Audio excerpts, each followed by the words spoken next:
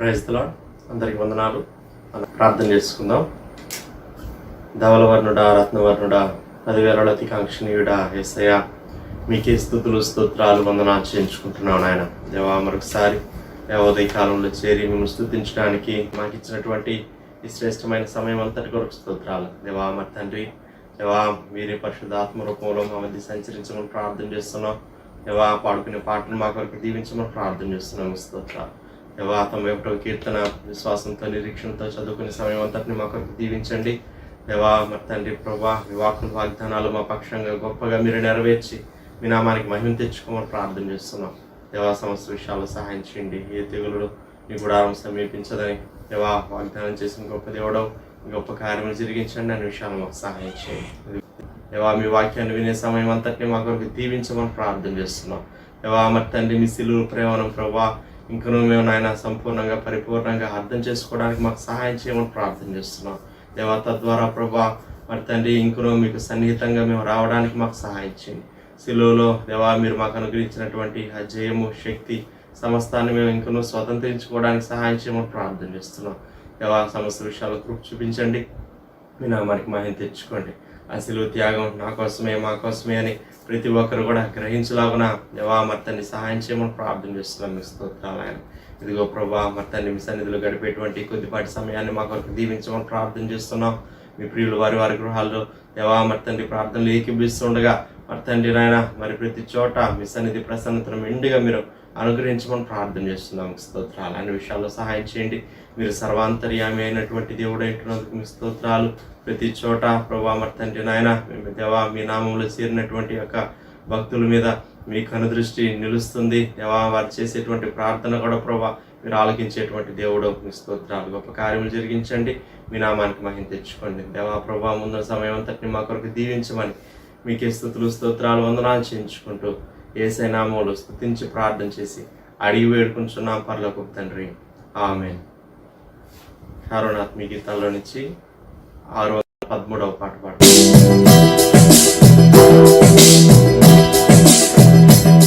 సిలువ చెంత చేరిన నాదే కలుషములను కడిగి వేయు. సిలువ చెంత చేరిన నాదే కలుషములను కడిగి వేయు. పౌలువలెను శిలావలెను, పౌలువలెను శిలావలెను, సిద్ధపడిన భక్తుల చూచి, సిద్ధపడిన భక్తుల చూచి, సిలువ చెంత చేరిన నాడే కలుషములను కడిగి వేయు. సిలువ చెంత చేరిన నాడే కలుషములను కడిగి వేయు. కొండవంటి బండవంటి మొండి హృదయం మండించు. కొండవంటి బండవంటి మొండి హృదయం మండించు. బండి ఉన్న పాపులనైనా, బండి ఉన్న పాపులనైనా పిలచుచుండే పరము చేరా, పిలచుచుండే పరము చేరా. సిలువ చెంత చేరిన నాడే కలుషములను కడిగి వేయు. మందాగొర్రెల మందలో నుండి ఒకటి తప్పి ఒంటరియాయే.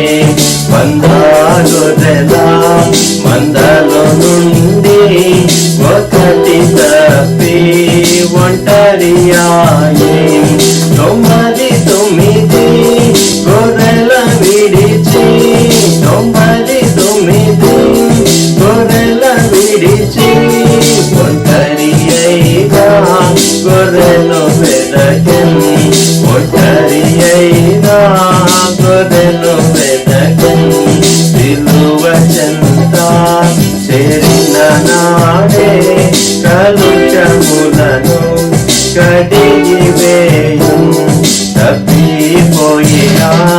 కుమారుండు తండ్రిని విడచి తరలిపోయి తప్పిపోయిన కుమారుండు తండ్రిని విడచి తరలిపోయి తప్పు తెలిసి తిరిగి రాగా తప్పు తెలిసి తిరిగి రాగా తండ్రి అతని తెచ్చుకొనెను తండ్రి అతని తెచ్చుకొనెను సిలువ చెంత చేరిన నాడే కలుషములను కడిగి వేయుం పౌలువలెను శిలావలెను పౌలువలెను శిలావలెను సిద్ధపడిన భక్తుల చూచి సిద్ధపడిన భక్తుల చూచి సిలువ చెంత చేరిన నాడే కలుషములను కడిగి వేయు.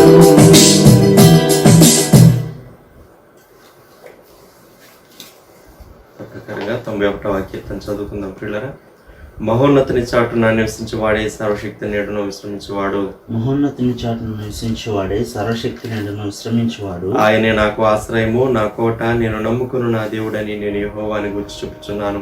ఆయనే నాకు ఆశ్రయము నా కోట నేను నమ్ముకును నా దేవుడని నేను యెహోవాని గురించి చెప్పుచున్నాను. వేటగాని ఊరిలో నుండి ఆయన నిన్ను విడిపించును నాశనకరమైన తెగులు రాకుండా నిన్ను రక్షించును. వేటగాని ఊరిలో నుండి ఆయన నిన్ను విడిపించును నాశనకరమైన తెగులు రాకుండా నిన్ను రక్షించును. ఆయన తన రెక్కలతో నిన్ను కప్పును ఆయన రెక్కల క్రింద నీకు ఆశ్రయం కలుగును. ఆయన సత్యము కీడమును డాలునై ఉన్నది. ఆయన తన రెక్కలతో నిన్ను కప్పును ఆయన రెక్కల కింద నీకు ఆశ్రయం కలుగును. ఆయన సత్యము కేడమును డాలునై ఉన్నది. రాత్రి వేళ కలుగు భయమునకైనను పగటి వేళ ఎగురు బాణమునకైనను రాత్రి వేళ కలుగు భయమునకైనను పగటి వేళ ఎగురు బాణమునకైనను చీకటిలో సంచరించే తెగులునకైనను మధ్యాహ్నం మందు పాడుచే రోగమునకైనను నీవు భయపడుకుందువు. చీకటిలో సంచరించి తెగులకైనను మధ్యాహ్నం మందు పాడుచే రోగమునకైనను నీవు భయపడకుండా. నీ ప్రక్కన 1000 మంది పడినాను నీ కుడి పక్కన 10,000 మంది కూలినాను అపాయం నీ వద్దకు రాదు. నీ ప్రక్కన 1000 మంది పడినాను నీ కుడి ప్రక్కన 10,000 మంది కూలినాను అపాయం నీ ఎదుకు రాదు. నీవు కన్నులారా చూచుచుండగా భక్తిహీనులకు ప్రతిఫలం కలుగును. నీవు కన్నులారా చూచుండగా భక్తిహీనులకు ప్రతిఫలం కలుగును. యెహోవా నీవే నా ఆశ్రయము అని నీవు మహోన్నతుడైన దేవుని నీకు నివాసస్థలముగా చేసుకుని ఉన్నావు. యెహోవా నీవే నా ఆశ్రయము అని నీవు మహోన్నతుడైన దేవుని నీకు నివాసస్థలముగా చేసుకుని ఉన్నావు. నీకు అపాయం ఏమీ రాదు ఏ తెగులును నీ గుడారం సమీపించదు. నీకు అపాయం ఏమీ రాదు ఏ తెగులును నీ గుడారమును సమీపించదు. నీ మార్గములన్నిటిలో నిన్ను కాపాడుటకు ఆయన నిన్ను గురించి తన దూతలకు ఆజ్ఞాపించును. నీ మార్గములన్నిటిలో నిన్ను కాపాడుటకు ఆయన నిన్ను గూర్చి తన దూతలకు ఆజ్ఞాపించును. నీ పాదములకు రాయి తగలకుండా వారు నిన్ను తమ చేతుల మీద ఎత్తి పట్టుకుందరు. నీ పాదములకు రాయి తగలకుండా వారిని తమ చేతుల మీద ఎత్తి పట్టుకుందరు. నీవు సింహములను నాగుపాములను త్రొక్కెదవు కొదమ సింహములను భుజంగములను అనగద్రొక్కెదవు. నీవు సింహములను నాగుపాములను తొక్కెదవు కదమ సింహములను భుజంగములను అనగద్రొక్కెదవు. అతను నన్ను ప్రేమించున్నాడు గనుక నేను అతని తప్పించదను. అతడు నా నామము ఎరిగిన వాడు గనుక నేను అతని గనపరచదను. అతడు నన్ను ప్రేమించుచున్నాడు గనుక నేను అతను తప్పించదను. అతడు నా నామం ఎరిగిన వాడు గనుక నేను అతని గనపరచదను. అతడు నాకు మొర్ర పెట్టగా నేను అతనికి ఉత్తరం ఇచ్చదను. శ్రమలో నేను అతనికి తోడై ఉండేదను. అతను విడిపించి అతని గొప్ప చేసేదను. అతడు నాకు మొర్ర పెట్టగా నేను అతనికి ఉత్తరం ఇచ్చేదను. శ్రమలో నేను అతనికి తోడై ఉండేదను. అతని విడిపించి అతని గొప్ప చేసేది. దీర్ఘాయు చేత అతనిని తృప్తిపరచదను. నా రక్షణ అతనికి చూపించదను. దీర్ఘాయువు చేత అతని తృప్తిపరచదను. ఆమేన్. సమయంలో దేవుని వాక్యం ఉందాం పిల్లరా. దైవజనులు ప్రోదాసకులు గారు వచ్చి మనకు దేవుని వాక్యాన్ని ఇస్తారు. వార్లారా ఈ ఉదయకాలం సంఖ్యాకాండ గ్రంథం 19వ అధ్యాయం మొదటి 9 వచనాలు మీ బైబిల్స్ లో దయచేసి గమనించండి. యెహోవా మోషే అహరోనులకు ఇలాగు సెలవిచ్చెను. యెహోవా ఆజ్ఞాపించిన ధర్మశాస్త్ర విధి ఏదనగా ఇశ్రాయేలీలు కళంకము లేనిదియు మచ్చలేనిదియు ఎప్పుడును కాడి మోయనిదియు నైన ఎర్రని పెయ్యను నీ యొద్దకు తీసుకుని రావాలని వారితో చెప్పుము. మీరు యాజకుడైన ఎలియాజరుకు దాన్ని అప్పగింపవలను. ఒకడు పాలెం వెలుపలికి దాన్ని తోలుకొని పోయి అతని ఎదుట దాన్ని వధింపవలను. యాజకుడైన ఎలియాజరు దాని రక్తంలోనిది కొంచెము వ్రేలుతో తీసి ప్రత్యక్షపు గుడారం ఎదుట ఆ రక్తములో కొంచెం 7 మార్లు ప్రోక్షింపవలను. అతని కన్నుల ఎదుట ఒకడు ఆ పెయ్యను దహింపవలను. దాని చర్మమును, మాంసమును, రక్తమును, పేడయును దహింపవలను. మరియు ఆ యాజకుడు దేవదారు కర్రను, హిస్సోపును, రక్తవర్ణపు నూలును తీసుకొని ఆ పెయ్యను కాల్చుచున్న అగ్నిలో వాటిని వేయవలను. అప్పుడు ఆ యాజకుడు తన బట్టలు ఉదుక్కొని నీళ్లతో శిరస్నానం చేసిన తరువాత ప్రవేశించి సాయంకాలం వరకు అపవిత్రుడయుండును. దాన్ని దహించిన వాడు నీళ్లతో తన బట్టలు ఉద్దుకొని నీళ్లతో శిరస్నానం చేసి సాయంకాలం వరకు అపవిత్రుడయుండును. మరియు ఇక్కడ ఆ పేయి యొక్క భస్మమును పోగు చేసి పాళెము వెలుపటను పవిత్ర స్థలమందు ఉంచవలను. పాప పరిహార జలముగా ఇశ్రాయేలీల సమాజమునకు దాన్ని భద్రము చేయవలను. అది పాప పరిహారార్థ బలి. మనము దేవుని ప్రజలంగా ఒక పోరాటంలో ఉన్నాము అనేది మనం అర్థం చేసుకుంటూ ఉన్నాం. నేను మీకు చెప్పగోరేది ఏంటంటే we are in a spiritual battle. కనుక ఒక పట్టుదలతో మన కుటుంబాలను కాపాడుకోవాలి. మనం పాప పరిహార జలాన్ని గురించి మాట్లాడుకుంటూ ఉన్నాం. సంఖ్యాకాండం 19వ అధ్యాయం. ఈ పాప పరిహార జలం ఎందుకొరకు? ఇది పాప శుద్ధి కొరకు. ఎవరికి ఈ పాప పరిహార జలం కావాలి అంటే అపవిత్రులైనటువంటి వారికి ఈ పాప పరిహార జలం కావాలి. ఈ అపవిత్రులు ఎవరు? మనం 19వ అధ్యాయంలో గమనించినట్లయితే 10వ వచనం ఇంకా క్రింద 11వ వచనం, ఏ నరశవమునైనను ముట్టినవాడు 7 దినములు అపవిత్రుడై ఉండును. నరశవమును, చనిపోయినటువంటి వ్యక్తి యొక్క శరీరాన్ని ముట్టినటువంటి వ్యక్తి అపవిత్రుడవుతాడు. 7 రోజులు అపవిత్రుడుగా ఉంటాడు. 3వ రోజు 7వ రోజు ఈ పాప పరిహార జలాన్ని చల్లుతూ ఉంటారు. లేకుంటే ఏం జరుగుతుంది? 13వ వచనం, నరశవమును ముట్టినవాడు అట్లు పాపశుద్ధి చేసి కొనని ఎడల వాడు యెహోవా మందిరమును అపవిత్రపరచువాడగును. ఆ మనుష్యుడు ఇశ్రాయేలీలో నుండి కొట్టివేయబడును. మనం ప్రతి ఆదివారం ప్రభు బల దగ్గరకు రావటం, ఒక విధంగా చెప్పాలి అంటే ఎవ్రీ సండే 7 రోజులకు ఒకసారి 7 రోజులకు ఒకసారి ఆది సంఘం ఇంటింట రొట్టి విరిచారు అనుకోండి, అలాగూ ప్రతి ఆదివారం ప్రభు బల దగ్గరకు వారు వచ్చారు. మనం ప్రభు రక్తం, ప్రోక్షణ రక్తాన్ని మనం ఆశ్రయించి మనల్ని మన మనస్సాక్షిని శుద్ధి చేసుకుంటూ ఉంటాం. లేకుంటే ఏమవుతాడు? యేసుక్రీస్తు ప్రభు యొక్క జీవంలో నుండి తొలగిపోయి ఆత్మ సంబంధమైనటువంటి మరణము పొందేటటువంటి గొప్ప అపాయంలో ఉంటారు. గొప్ప అపాయంలో ఉంటారు. ఈ 19వ అధ్యాయంలోనే ఇంకా కొన్ని విషయాలు వ్రాయబడి ఉన్నాయి. 19వ అధ్యాయం సంఖ్యాకాండం 14వ వచనం, ఒకడు ఒక గుడారములో చచ్చిన ఎడల ఆ గుడారములో ప్రవేశించు ప్రతివాడు ఆ గుడారములో ఉన్నది యావత్తును 7 దినములు అపవిత్రముగా ఉండును. మనం ఈ రోజుల్లో మైక్రోబయాలజీని గూర్చి, వైరస్ను గూర్చి, ఇన్ఫెక్షన్ గూర్చి మనం చాలా wealth of information, mine of information మన ముందున్నది. ఎన్నో విషయాలు తెలుసుకుంటూ ఉన్నాం. మరి ఇంత సైన్స్ వృద్ధి చెందినటువంటి కాలంలో దేవుడు చాలా సింపుల్గా ఖచ్చితమైనటువంటి నియమాలు దేవుడు వారికి ఇచ్చాడు. చాలా ఖచ్చితమైనటువంటి దేవుడు చెప్పాడు, వారు లోబడాలి, అంతే. దాని యొక్క వివరణ 100,000 సంవత్సరాల తర్వాత ఒక ఇన్ఫెక్షన్ ఉన్నటువంటి శరీరం లేకుంటే స్థలము ప్రవేశిస్తే కలిగేటటువంటి నష్టాన్ని గూర్చి ఇప్పుడు మనకు బాగా అర్థమవుతుంది. మనము శరీర సంబంధమైన అపవిత్రతే కాదు, ఆత్మ సంబంధమైనటువంటి అపవిత్రతను గూర్చి మరింత కన్సర్న్ మనం కలిగి ఉన్నాం, ఆత్మ కంటేటటువంటి మలినాన్ని గూర్చి. ఇక్కడ ఒక చనిపోయినటువంటి వ్యక్తి ఉన్నటువంటి గుడారంలో ఎవరైనా ప్రవేశిస్తే, ఏదైనా వస్తువును అక్కడ తాకితే 7 దినాలు తాను అపవిత్రుడుగా ఉంటాడు. ఆ తరువాత 16వ వచనంలో, బయట పొలములో ఖడ్గముతో నరకబడిన వాడినైనను, శవమునైనను, మనుష్యుని ఎముకనైనను, సమాధినైనను ముట్టువాడు 7 దినములు అపవిత్రుడై ఉండును. ఎన్ని దినాలు క్వారంటైన్లో ఉండాలో దేవుడు ముందు నిర్ణయించాడు. ఈ వాక్య భాగాలు చదువుతూ ఉంటే అపవిత్రతను గూర్చినటువంటి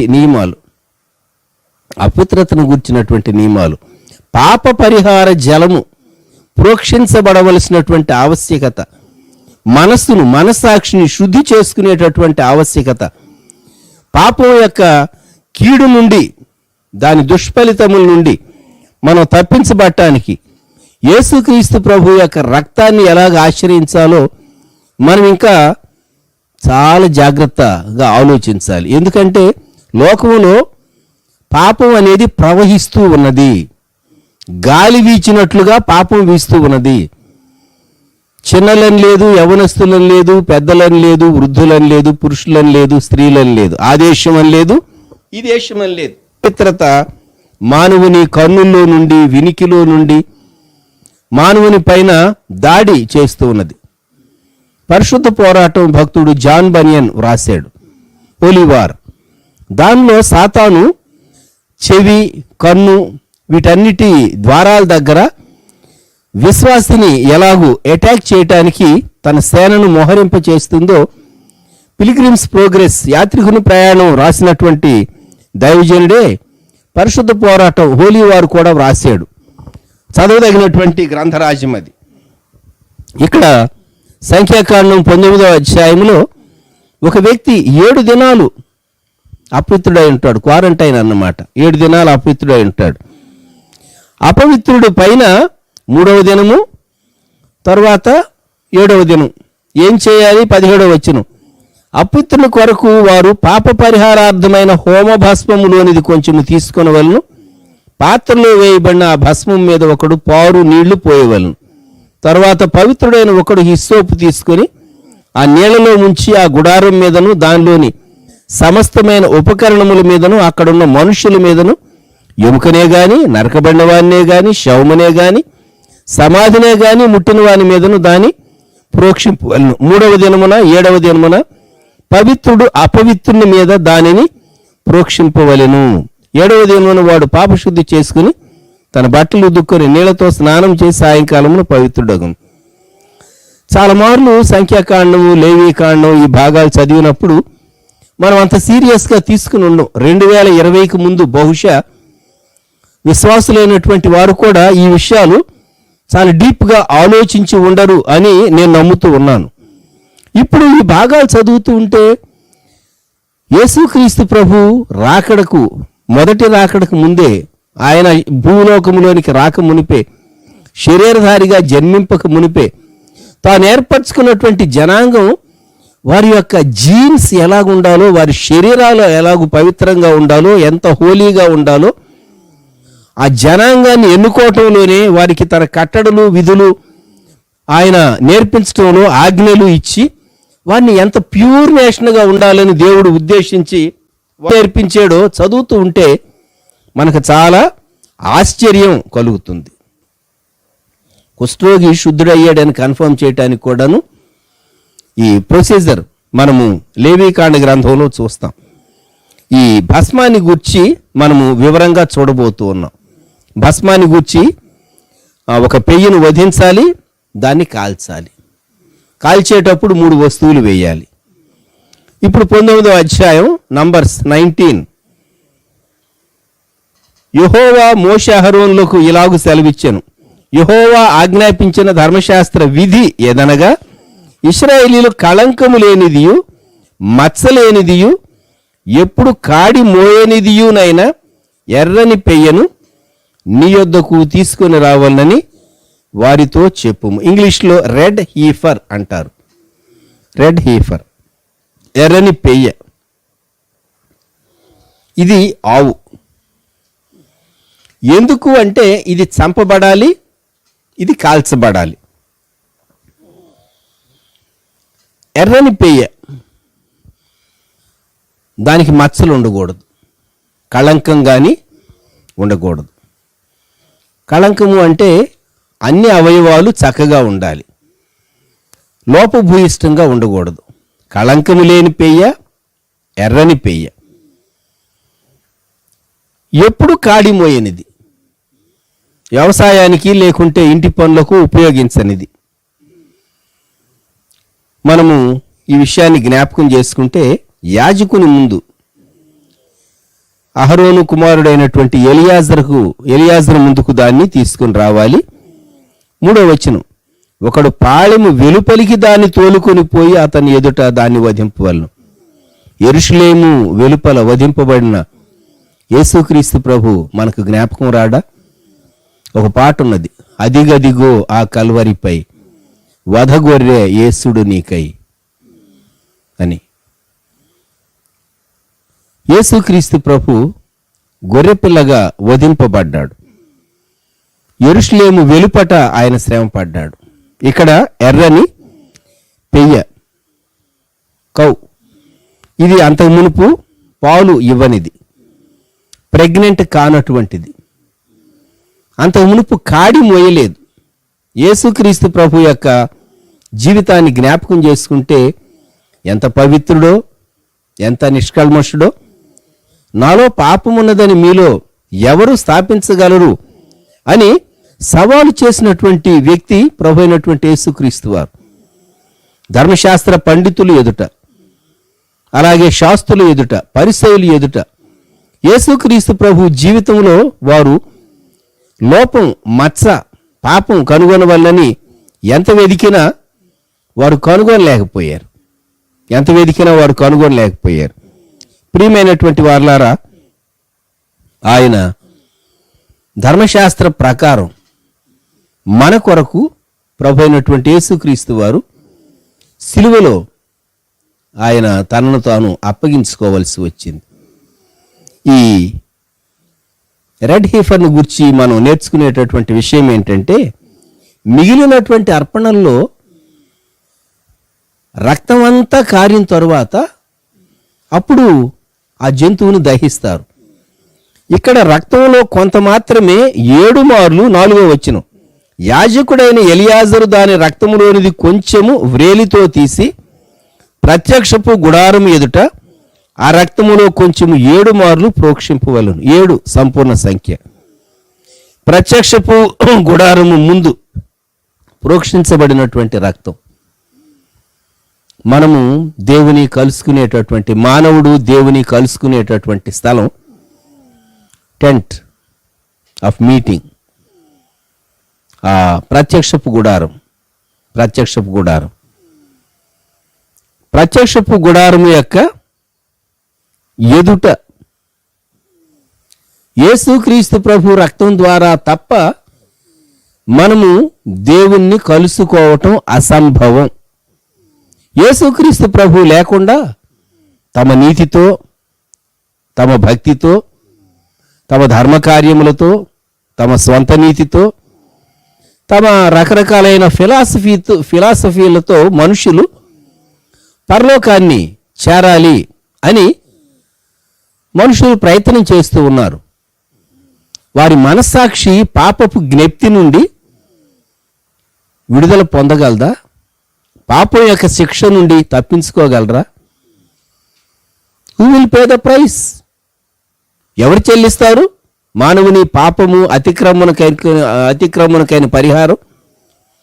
అది చెల్లించింది దేవుడే. సిలువలోనే తన కృపను బట్టి, తన ప్రేమను బట్టి ఆయన వెల్లడిపరిచాడు. దేవుడిచ్చినవన్నీ అనుభవించే మనిషి దేవుడిచ్చే రక్షణను తృణీకరిస్తూ ఉన్నాడు. యేసుక్రీస్తు ప్రభు ద్వారా దేవుడు అనుగ్రహించే రక్షణను తృణీకరించడం ఎంత విచారకరమైనటువంటి విషయం. ప్రత్యక్షపు గుడారము ద్వారం ఎదుట 7 మార్లు రక్తం ప్రోక్షించిన తరువాత అతని కన్నుల ఎదుట యేసుక్రీస్తు ప్రభువును సిలువేసేటప్పుడు ఓ ప్రక్క రోమా ప్రభుత్వ అధికారులు, శతాధిపతి సైనికులు ఉన్నారు, వేరే ప్రక్క మతాధికారులు ఉన్నారు అనేటటువంటి విషయం మనము ఖచ్చితంగా జ్ఞాపకం చేసుకోవాలి. యేసుక్రీస్తు ప్రభు ధర్మశాస్త్ర ప్రకారము మన ప్రతి అతిక్రమము కొరకు ఆయన పాప పరిహారార్థ బలిగా ఆయన అర్పింపబడ్డాడు. 9వ వచనం చివరి భాగం, అది పాప పరిహారార్థ బలి అంతేకాదు ఈ పాప పరిహారార్థ బలిలో నుండి పాప పరిహార భస్మములో నుండి పాప పరిహార జలం వస్తూ ఉన్నది, నీరు. ఇప్పుడు వధించినటువంటి ఈ పెయ్యను దహించటానికి చర్మము, 5వ వచనం చివరి భాగం, చర్మము, మాంసము, రక్తము, పేడ అంతా దహించాలి. యేసుక్రీస్తు ప్రభు సంపూర్ణంగా శిరస్సు నుండి పాదాల మట్టుకు దేవుని ఉగ్రతను, న్యాయమైన దేవుని కోపాన్ని, మానవుని పైన ఉన్నటువంటి కోపాన్ని, పాపము చేసినటువంటి నీవు నేను, ఆదాము మొదలుకొని మానవ జాతి యొక్క పాపమంతటిని ఆయన సిలువలో భరించాడు. అర్థమైందా మనకి సత్యం తేటగా? కొన్ని మార్లు కొందరికి ఎంత కోపం వస్తుందంటే ఆగ్రహోదగ్రులై అనేటటువంటి ఫ్రేజ్ వాడుతూ ఉంటారు. పట్టరానంత కోపం, ఉచితము అనుచితము అనేది ఆలోచించలేనంత కోపం వస్తూ ఉంటుంది కొందరికి. ఏం చేస్తారో తెలియదు. దేవుడు న్యాయవంతుడు. పాపానికి ఆయన శిక్ష విధించాలి. తన కుమారుల్లో ఆయన శిక్ష విధించాడు. ఆయన తన కుమారుని పైన మన దోషాన్ని మోపాడు. దేవుని న్యాయమైనటువంటి ఉగ్రతను, అగ్నిని, కోపాగ్నిని యేసుక్రీస్తు ప్రభు మన కొరకు భరించి ఆయన సిలువలో మన నిమిత్తం బలి అయ్యాడు. ఈ జనరేషన్లో కాదు కానీ గత కాలాల్లో ఒక 40, 50, 60, 70 సంవత్సరాలు ముందుకు వెళ్ళండి. ముందుకంటే 19వ శతాబ్దం, 20వ శతాబ్దం ప్రారంభం, లేకుంటే 20వ శతాబ్దం మధ్య భాగంలోనికి వెళితే ఇంత నాగరికత లేని కాలంలో కుటుంబ వ్యవస్థలో బిడ్డ తప్పు చేశాడు అనుకోండి, తండ్రి కోపం వస్తే తల్లి అడ్డం వెళ్ళేది. కొన్ని మార్లు బిడ్డకు తగలవలసినటువంటి దెబ్బ తల్లికి తగిలేదు. ఇప్పుడు కుటుంబ వ్యవస్థలో చాలా మార్పులు వచ్చినవి అనుకోండి, ఒక మాటకే ముఖం అటు ఇటు తిప్పుకుంటారు. మాటే, దెబ్బ కూడా కాదు. ఎందుకంటే మనం చాలా ఇంప్రూవ్ అయ్యాం కనుక. ఆ అనాగరికమైనటువంటి వాటన్నిటి నుండి మనం చాలా ఇంప్రూవ్ అయ్యి ఒక మాటతోనే మనసులు వేరయ్యేటటువంటి అంత సోఫిస్టికేటెడ్గా మన హ్యూమన్ మైండ్ తయారైంది. మంచిదే. దేవుని న్యాయమైనటువంటి ఉగ్రత మన కొరకు ప్రభు అయినటువంటి యేసుక్రీస్తు ప్రభు భరించాడు. ఇక్కడ 6వ వచనంలో దేవదారు కర్ర, హిస్సోపు, రక్తవర్ణపు నూలు అని 3 వస్తువులు ఇక్కడ వాడబడినాయి. దేవదారు కర్ర, హిస్సోపు, రక్తవర్ణపు నూలు. దేవదారు కర్రను సిడార్ వుడ్ అంటారు. ఇది శ్రేష్టమైనది. ఈ దేవదారు కర్రను గురించి ఏమని చెప్పబడిందంటే ఇది డిసీజ్కు రెసిస్టెంట్గా ఉంటుంది అని. Disease resistant wood, cedar wood. మన దేశం నుండి ఎర్రచందనం ఎగుమతి చేసుకుంటూ ఉంటారు. ఆ ఎగుమతి చేసుకునేటటువంటి దేశాల వాళ్ళు చాలా వెల చెల్లించి అఫీషియల్గా ఎగుమతి చేసుకుంటూ ఉంటారు. దేనిలో వాడతారో, ఎందుకు వాడతారో చెప్పరట వారు. చాలా ప్రయత్నం చేశారు ఇండియా దేశస్తులు. ఇంత ఖరీదైనటువంటి, ఇంత విలువైనటువంటి దీన్ని ఏ రూపంలో వాడబోతూ ఉన్నారు అని, మెడిసిన్స్లో వాడతారు అని మన ఇండియా దేశస్తులు సందేహిస్తూ ఉంటారు. కొన్ని దేశాలు ఇండియా నుండి ఎర్రచందనాన్ని దిగుమతి చేసుకుంటూ ఉంటారు. ఎర్రచందనం లాగానే దేవదారు కర్ర కూడా రెసిస్టెంట్ టు డిసీజ్. కొంతమంది బైబిల్ పండితులు ఏమంటారంటే యేసుక్రీస్తు ప్రభు దేవదారు కొయ్యమాను పైనే ఆయన సిలువ వేయబడ్డాడు అనేటటువంటి వారు కూడా ఉన్నారు. యేసు ప్రభు వారు సిలువ వేయబడింది కొయ్య పైన. ఎందుకంటే సిలువ పైన వేలాడిన వాడు శాపగ్రస్తుడు. మన పాపాన్ని, శాపాన్ని ప్రభు భరించి ఆయన కొయ్య పైన వేలాడాడు. అది కూడా దేవదారు కొయ్యతో చేయబడిన సిలువ అనేటటువంటి వారు కూడా ఉన్నారు. రెండోది హిస్సోపు. హిస్సోపు ఇది మొక్క. దావీదు భక్తుడు అన్నాడు 51వ కీర్తన 7వ వచనంలో, హిస్సోపుతో నా పాపము పరిహరింపుము అన్నాడు. ఇది ఒక బ్రష్ లాగా, కుంచెలాగా చిన్న మొక్క హిస్సోప్. ఈ హిస్సోప్ అనేటటువంటి మొక్కతో దీన్ని హిస్సోపును నీళ్ళలో ముంచి స్ప్రింకిల్ చేసేటటువంటి వారు. మత్తయి సువార్తలో యేసుక్రీస్తు ప్రభువారు శిలువ మీద ఉన్నప్పుడు మత్తయి సువార్త 27:48 వారు స్పంజి చిరకలో ముంచి ఆయనకు త్రాగటానికి ఇచ్చారు అని, అయితే ఆయన రుచి చూచి త్రాగనలేకపోయాను అని వాడబడి ఉన్నది. స్పంజి అంటే అది హిస్సోప్. అక్కడ హిస్సోపులో ముంచి ఆయనకు బాధ తెలియకుండా ఉండటానికి చేదు చిరకను యేసుక్రీస్తు ప్రభుకి ఇచ్చారు. రుచి చూచి త్రాగనలేకపోయాను అని వ్రాయబడింది అక్కడ. యేసుక్రీస్తు ప్రభు శిలువలో హిస్సోప్ కనిపిస్తుంది. మూడవది రక్తవర్ణపు నూలు, స్కార్లెట్ థ్రెడ్. రక్తవర్ణపు నూలును గూర్చి మనము 5 విషయాలు జ్ఞాపకం చేసుకోవచ్చు. నిర్గమకాండ గ్రంథంలో ప్రత్యక్షపు గుడారానికి కర్టన్స్ ఉంటూ ఉన్నాయి. ఆ కర్టన్స్లో స్కార్లెట్ కలర్ మనకు కనబడుతుంది. అలాగే ప్రధాన యాజకుని వస్త్రధారణలో స్కార్లెట్ మనకు కనబడుతూ ఉంటుంది. అలాగే సముఖపు రొట్టెల బల్ల సంఖ్యాకాండం 4:8 ఈ స్కార్లెట్ కలర్ కనబడుతూ ఉంటుంది. యెహోషువ గ్రంథంలో రాహాబు ఆ వేగుల వారిని దించినప్పుడు ఎర్ర తొగరు దారం ఆ కిటికీకి కట్టింది, స్కార్లెట్ థ్రెడ్. అలాగే యేసుక్రీస్తు ప్రభు వారికి ధరింప చేసినటువంటి వస్త్రము ఉదారంగు వస్త్రము, మత్తయి సువార్త 27:28 ద రోబ్ అనేది ఒక డ్రామానే ఉన్నది. యేసుక్రీస్తు ప్రభు ధరించినటువంటి వస్త్రము. సిలువలో యేసుక్రీస్తు ప్రభు వారిని గాయపరిచి ఆయన తీసుకుని వెళ్ళి ఆయన సిలువ వేయటానికి మునుపు ఆ వస్త్రాన్ని, అది కుట్టులేక పైనుండి క్రింది వరకు ఒకే రీతిగా ఉన్నది కనుక దాన్ని పంచుకోవటానికి వారు చీట్లు వేశారని, ఆ రోబును గూర్చి చాలా విషయాలు మొట్టమొదటి శతాబ్దంలో చాలా విషయాలు, కొన్ని ఇతిహాసాలు అనండి ఏవైనా, అవన్నీ వ్యాపించినవి. తీసుకుని వెళ్ళినటువంటి శతాధిపతి మారుమనసు పొందాడని ద రోబ్ అనేటటువంటి దాని గురించి కొన్ని డ్రామాలు లేకుంటే కొంత లిటరేచర్ మనము చూడవచ్చు. యేసుక్రీస్తు ప్రభు ఊదా రంగు వస్త్రం ధరించాడు, స్కార్లెట్. ఇక్కడ ఈ పెయ్య దహించబడినప్పుడు దేవదారు కర్ర, హిస్సోపు, రక్తవర్ణపు నూలు, 9:6 సంఖ్యాకాండం. ఆ పెయ్యను కాల్చొచ్చున్న అగ్నిలో వాటిని వేయవలను. దేవుని న్యాయమైనటువంటి తీర్పు ప్రభు అయినటువంటి యేసుక్రీస్తు వారు మన కొరకు సిలువలో భరించాడు. ఈ ఉదయకాలం మనము జ్ఞాపకం చేసుకుందామా?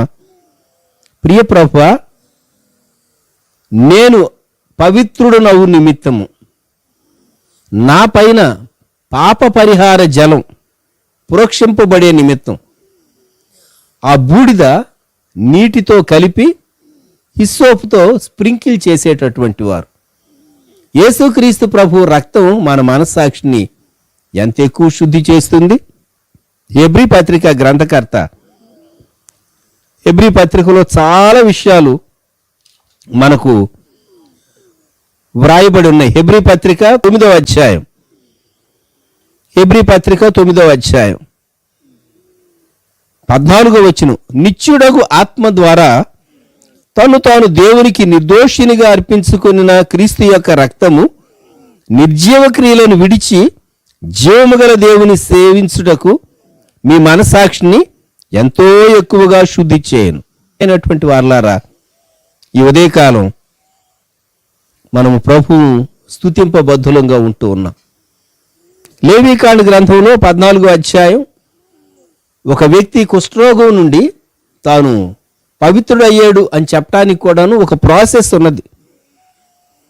దానిలో క్లెన్సింగ్ సెరమనీలో కూడాను మనము చూచేటటువంటి విషయాలు, ఈ జలము ప్రోక్షించబడేటటువంటి విషయాలు, ఇవన్నీ చూస్తే మనకు చాలా ఆశ్చర్యం కలుగుతుంది. మానవుని యొక్క మనస్సాక్షిని శుద్ధి చేయటానికి, పాపం యొక్క ఫలితాన్ని దానంతటి నుండి మనల్ని తప్పించడానికి మన కొరకు కుమారుడిగా దిగివచ్చి తాను మన కొరకు సిలువలో దహించబడినట్టు ప్రభు యొక్క సిలువ శ్రమలను, మరణాన్ని జ్ఞాపకం చేసుకుంటూ ఉండగా, ప్రియ ప్రభువా, నా నిమిత్తం మీరు పొందినటువంటి ఈ గొప్ప శ్రమ కొరకు మీకు స్తోత్రమని ప్రభువునకు మనము స్తుతి చెల్లింప బద్ధులంగా ఉంటూ ఉన్నాం. దేవా నీకు స్తోత్రం, దేవా నీకు వందనాలు అని మనం ఎంతైనా ప్రభువును స్తుతింప బద్ధులంగా ఉంటూ ఉన్నాం. దేవునికి మనం ఎంత స్తుతి చెల్లించినా, ఆయన సిలువను ఎంత తలంచినా, ఆయన రక్తమును ఎంత ఆశ్రయించినా, ఇంకా ఇంకా ఇంకా ఆయన ఎదుట నిర్దోషులంగా నిలవబడటానికి మన మనసాక్షిని శుద్ధి చేసే, మన ఆత్మలను శుద్ధి చేసేటటువంటి దేవుని వాక్యాన్ని బట్టి దేవునికి మనం ఎంతైనా వందనస్తులము, రుణస్తులం. ప్రభా, నా మరణాన్ని తప్పించేవి నీకు స్తోత్రాలు. ప్రభుతో చెప్దామా? మానవుడు ఎంత ప్రగతి సాధించినా దేవుడు మానవుని పట్ల ఆయన కన్సర్న్ కలిగి ఉన్నాడు. మానవునికి దేవుని అవసరత ఉన్నది, మానవునికి దేవుని అవసరత ఉన్నది అని మనం ఒప్పుకొనక తప్పదు. ఈ దినాల్లో మనం ఎక్కువగా ప్రభు వైపు చూస్తూ ఆయన రెండవ రాకడను గూర్చి మనం ఆలోచిస్తూ ఉన్నాం. మన సిద్ధపాటును గూర్చి, సంఘం యొక్క సిద్ధపాటును గూర్చి మనం ఆలోచిస్తూ ఉన్నాం. యేసుక్రీస్తు ప్రభు శిలువ ద్వారా కలిగేటటువంటి రక్షణను గూర్చి మనం ఆలోచిస్తూ ఉన్నాం. యేసుక్రీస్తు ప్రభు రక్తం ఎంత విలువైందో మరలా ఆయన యొక్క శిలువ బలియాగాన్ని, ఆయన శ్రమలను మనం తలంచుతూ ఉన్నాం. ఒకసారి వధింపబడినటువంటి ఎర్రని పేయదోడ ప్రభు అయినటువంటి యేసుక్రీస్తు వారు ఆయన దహించబడ్డాడని దేవదారు కర్ర, హిస్సోపు, రక్తవర్ణపు నూలు అగ్నిలో వేయబడి భస్మంగా మారి ప్రవహించేటటువంటి నీటితో కలిపి హిస్సోపుతో ప్రోక్షించబడినప్పుడు అపవిత్రునికి శుద్ధి కలుగుతూ ఉన్నది. 7 దినాలు అపవిత్రుడుగా ఉన్నటువంటి వ్యక్తి. ఇంకా ఆశ్చర్యం ఏంటంటే, ఎవరైతే ప్రోక్షిస్తాడో ప్రోక్షించిన వ్యక్తి అపవిత్రుడుగా ఉంటాడు. యేసుక్రీస్తు ప్రభు సిలువ వేసిన వారిని గురించి మీరు ఆలోచించుకోనండి. అది మీ ధ్యానానికి నేను విడిచిపెడుతూ ఉన్నాను. దయచేసి తలలు వంచుదాం, ఏకీపిద్దాం, ప్రార్థనలో మనం ఏకీపిద్దాం. ఈ సమయం ప్రార్థన చేసుకుందాం. ప్రియులారా, ప్రార్థన చేసుకుందాం. మహాపరిశుద్ధుడా, గొప్ప దేవా యేసయ్యా, మీ స్తోత్రాలు, వందనాలు చెల్లించుకుంటున్నాం. ప్రభువా, మంచి సమయం కొరకు మీ స్తోత్రాలు. ఆయన మీ దైవజనుని మీ ఆత్మాభిషేకంతో నింపి మీరు ఇచ్చినటువంటి దైవ వర్తమానం కొరకు మీ స్తోత్రాలు, వందనాలు చెల్లించుకుంటున్నాను. ఆయన అవును ప్రభువా, పాప పరిహారార్థ జలాన్ని గురించి దేవామర్ తండ్రి మీరు మాకు వివరించిన విధానం అంతటి కొరకు స్తోత్రాలు, వందనాలు చెల్లించుకుంటున్నాం. అవును ప్రభా, ఏ వ్యక్తి అయితే శవమునే కానీ దేవా ఎముకనే కానీ ముట్టినప్పుడు అపవిత్రుడు అవుతాడని, 7 దినాలు అపవిత్రుడుగా ఉంటాడని దేవా మీరు సెలవిచ్చారు. దేవామర్ తండ్రి నాయన అయా, ఈ విషయంలో ప్రభా మరి తండ్రి ఎర్రని పేయ దేవా మరి తండ్రి దాన్ని ఎలాగ వధించాలో దేవా విధానం అంతటి మీరు మాకు వివరించిన విధానం అంతటి కొరకు స్తోత్రాలు చెల్లించుకుంటున్నాం. అవును ప్రభా, మీ కొరకు జీవించబోయేటువంటి వ్యక్తులను మీరు ఏ విధంగా శుద్ధి చేస్తున్నారో, ఎంతటి పవిత్రులుగా ఉండాలని మీరు కోరుకుంటున్నారో దేవా స్పష్టంగా దేవా మీరు మాకు వివరించిన విధానం అంతటి కొరకు స్తోత్రాలు, వందనాలు చెల్లించుకుంటున్నాం. దేవా మా పట్ల మీరు కలిగి ఉన్నటువంటి ఆ యొక్క గొప్ప ప్రణాళిక అంతటి కొరకు మీకు స్తోత్రాలు, వందనాలు చెల్లించుకుంటున్నాం నాయన. అవును ప్రభా, ఈ ఎర్రని పేయ దేవామర్ తండ్రి దాన్ని పాలెము వెలుపటికి తీసుకెళ్లి వధించాలని మీరు సెలవిచ్చిన విధానం అంతటి కొరకు స్తోత్రాలు చెల్లించుకుంటున్నాం. దేవామర్ ప్రభా, మీరు కూడా నాయన మా కొరకు దేవా పాలెం వెలుపట దేవామర్ తండ్రి ఊరి గవిని దేవా వెలుపట మరి తండ్రి మీరు సిలువేయబడ్డారని దేవా ఈ సమయంలో మీరు మాకు జ్ఞాపకం చేసిన విధానం అంతటి కొరకు స్తోత్రాలు, వందనాలు చెల్లించుకుంటున్నాం. దేవా మరి తండ్రి ప్రభా, అవును తండ్రి అయా ఆ యొక్క ఎర్రని పేయ మచ్చలేనిదై ఉండాలని మీరు సెలవిచ్చారు. మీ స్తోత్రాలు. మీరు కూడా ప్రభా మచ్చలేనటువంటి వ్యక్తి అందరూ బట్టి మీ స్తోత్రాలు చెల్లించుకుంటున్నాం. అవునాయన మరి తండ్రి, నాలో పాపం ఉందని మీలో ఎవరైనా స్థాపించగలరా అని దేవా మరి మీరు జీవించినటువంటి దినాల్లో మీరు నాయన సవాలు చేసినటువంటి గొప్ప దేవుడు మీరే దేవా. అందరూ బట్టి మీ స్తోత్రాలు చెల్లించుకుంటున్నాం నాయన. దేవా మీ మచ్చలేని జీవితాన్ని కొరకు మీ స్తోత్రాలు, వందనాలు చెల్లించుకుంటున్నాం దేవా. అవును ప్రభా మరి తండ్రి, ఎర్రని పేయిని వధించిన తర్వాత ఆ రక్తాన్ని తీసుకుని ప్రభా బలిపీఠం ఎదుట నాయన ప్రోక్షించాలని దేవా మరి తండ్రి 7 మార్లు ప్రోక్షించాలని దేవా మీరు సెలవిచ్చారు. మీ స్తోత్రాలు చెల్లించుకుంటున్నాం దేవా. అవును ప్రభా మీ రక్తం ద్వారానే దేవా మరి తండ్రి నాయన అయా మేము శుద్ధులవుతామని దేవా మీరు సెలవిచ్చిన విధానం అంతటి కొరకు స్తోత్రాలు చెల్లించుకుంటున్నాం. అవును ప్రభా మీ రక్తంతో దేవా మీరు మమ్మల్ని కూడా శుద్ధి చేసి దేవా మీ బిడ్డలుగా మీ సొత్తుగా చేసుకునే విధానం అంతటి కొరకు మీ స్తోత్రాలు వందనాలు చెల్లించుకుంటున్నాం ప్రభా. అయా అవును ప్రభా మరి తండ్రి నాయన అయా మరి ఆ రీతిగా ప్రభా రక్తాన్ని ప్రోక్షించిన తర్వాత దాన్ని దహించాలని మీరు సెలవిచ్చిన విధానం అంతటి కొరకు స్తోత్రాలు చేయించుకుంటున్నాం దేవా. మరి చర్మంతో కూడా దేవా అలాగూ మరి తండ్రి నాయన శరీరం అంతటిని ఆ యొక్క ఎర్రని పేయిని సమస్తాన్ని దహించాలని దేవా మీరు సెలవిచ్చారు. మీ స్తోత్రాలు మా కొరకు నాయన మీరు సిలువేయబడ్డారు దేవా. మరి తండ్రి శరీరం అంతా కూడా ప్రభా అయా మరి రక్తమయమైపోయింది దేవా. మరి తండ్రి నాయన నడినెత్తి నుంచి అరికాల మొదలుకొని సమస్తం గాయాల పాలు దేవా. మరి తండ్రి నాయన ఎంతో బాధ ఎంతో నొప్పి దేవా మా కొరకు మీరు భరించినటువంటి గొప్ప దేవుడని మీరు ఈ సమయంలో జ్ఞాపకం చేసిన విధానం అంతటి కొరకు స్తోత్రాలు వందనాలు చేయించుకుంటున్నాం దేవా. మరి తండ్రి ప్రభా అవును ప్రభా నాయన ఆ యొక్క దహించేటువంటి సమయంలో దేవా మరి తండ్రి దేవదారు కర్రని దేవా మరి తండ్రి నాయన ఈ సోపును అలాగ ప్రభా దేవా నాయన అయా రక్తపు నూలు దేవా మరి తండ్రి నాయన మరి తండ్రి ఇవన్నీ కూడా వాటితో కలపాలని దేవా మరి తండ్రి నాయన ఆ మండేటువంటి సమయంలో వీటినన్నింటినీ కూడా వేయాలని మీరు సెలవిచ్చిన విధానం అంతటి కొరకు స్తోత్రాలు చేయించుకుంటున్నాం ప్రభా. దేవా కృప చూపించమని ప్రార్థన చేస్తున్నాం. అవునైనా ఆ రీతిగా మరి నాయన ఆయా దహించబడినటువంటి సమయం అనంతరం ప్రభా ఆ బూడిదని నాయన మరి తండ్రి నాయన మరి ఆయా నీటితో ప్రవహించే నీటితో కలిపి దేవా మరి తండ్రి అలాగ నాయన హిస్సోపుతో దాన్ని ప్రోక్షించాలని మీరు సెలవిచ్చిన విధానం అంతటి కొరకు స్తోత్రాలు వందనాలు చేయించుకుంటున్నాం ప్రభా. దేవా మరి తండ్రి ఈ రీతిగా నాయన పాప పరిహారార్థపు జలాన్ని దేవా మరి నాయన తయారు చేయాలని దేవా మీరు బోధించిన విధానం అంతటి కొరకు స్తోత్రాలు చేయించుకుంటున్నాం. మమ్మల్ని కూడా మీ ఆత్మశక్తి బలంతో మమ్మల్ని నింపమని ప్రార్థన చేస్తున్నాం నాయన దేవా. మీ సిలువను గురించినటువంటి విషయాలు దేవా పాత నిబంధన గ్రంథంలో ఎన్నో వేల సంవత్సరాల క్రితం దేవా జరిగించినటువంటి ఈ యొక్క సందర్భాలు దేవా మరి తండ్రి నాయన క్రీస్తు యొక్క మరణానికి గుర్తుగా మరి తండ్రి సాదృశ్యంగా ఉంటూ ఉండగా దేవా మరి తండ్రి ప్రభా ఇంకనూ మేము నేర్చుకోవాల్సింది దేవా మరి చక్కగా నేర్చుకోవడానికి సహాయం చేయండి.